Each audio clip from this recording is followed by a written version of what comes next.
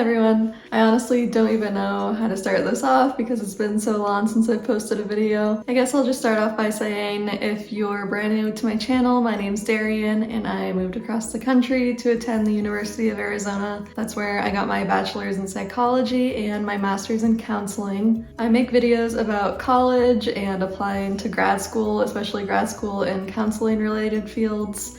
I have worked as both a school counselor and a mental health therapist in a variety of different settings. Quite a few things have happened since I last uploaded a video because I think it's been a few years now. I got married.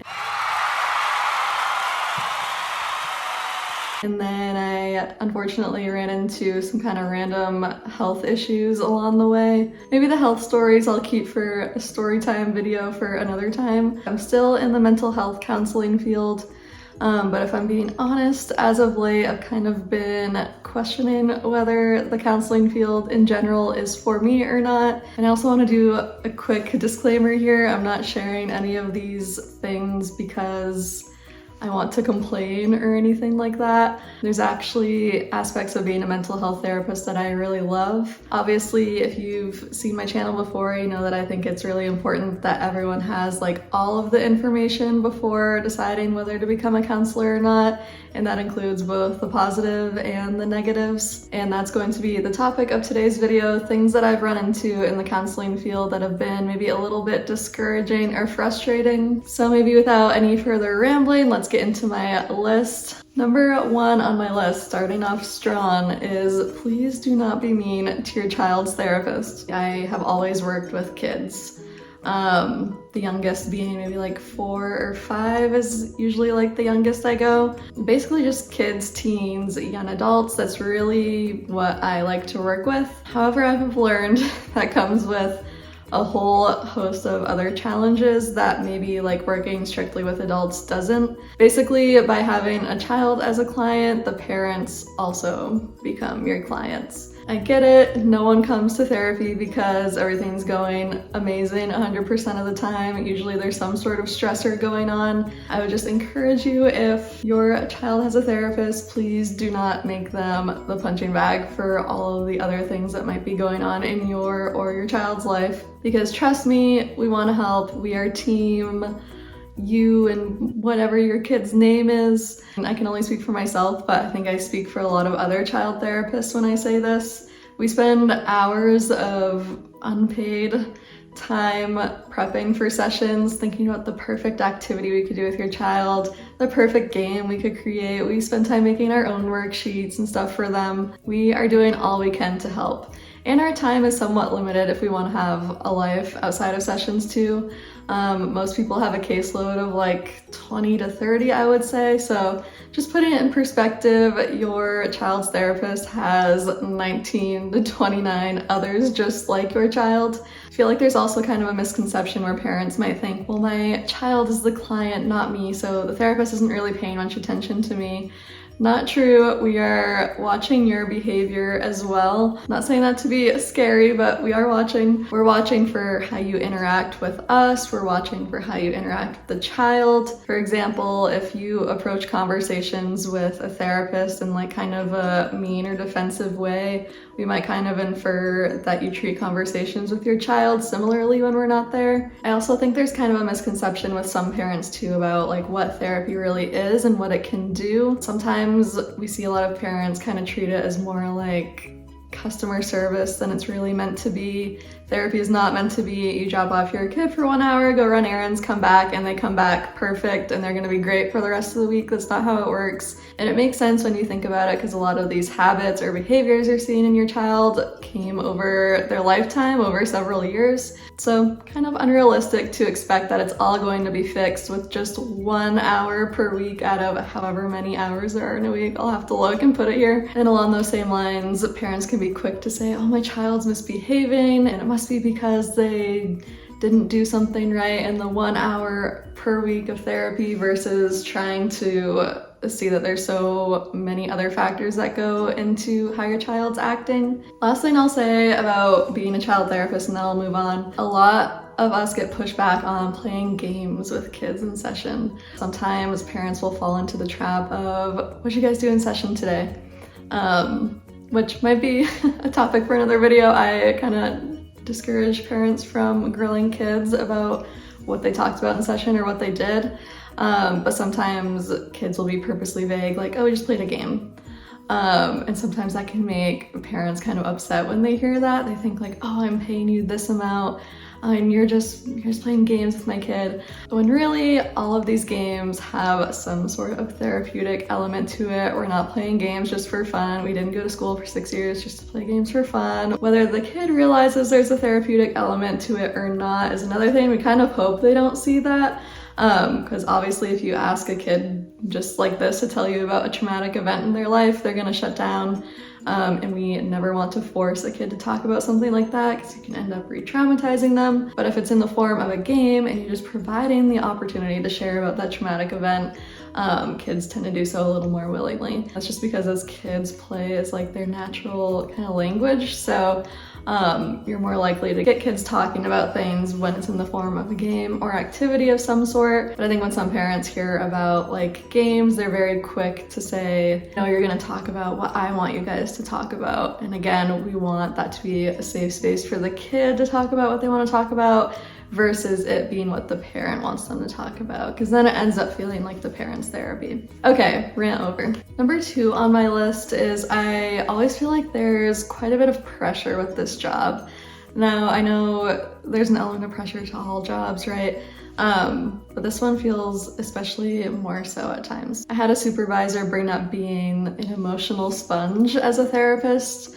Meaning that you just kind of soak up all the emotions that you're hearing throughout the day, and then it's basically your job to try to rain out the sponge at the end of the day, which can be really, really hard. For example, if you're hearing about people feeling depressed or anxious all day, it's really hard to not go home and then feel depressed or anxious. I've also felt like in some ways being a counselor kind of feels like being under a magnifying glass because every little action you do matters. Things down to your facial expressions, down to what words you use, what mannerisms, what body language you're using. That all kind of incorporates into sessions, your rapport with the client. And sometimes it just feels like a lot of pressure. Like you get to the end of the session, you're like, oh, I misspoke in this sentence. I hope I didn't take it the wrong way. And if you're kind of a naturally anxious person or you tend to ruminate and kind of like replay things in your head, this can be kind of a tough field. Again, along those same lines, I always feel like you kind of have to manage your personal reactions even outside of work more so than the average person. Think about it. If the average person, let's say they're like,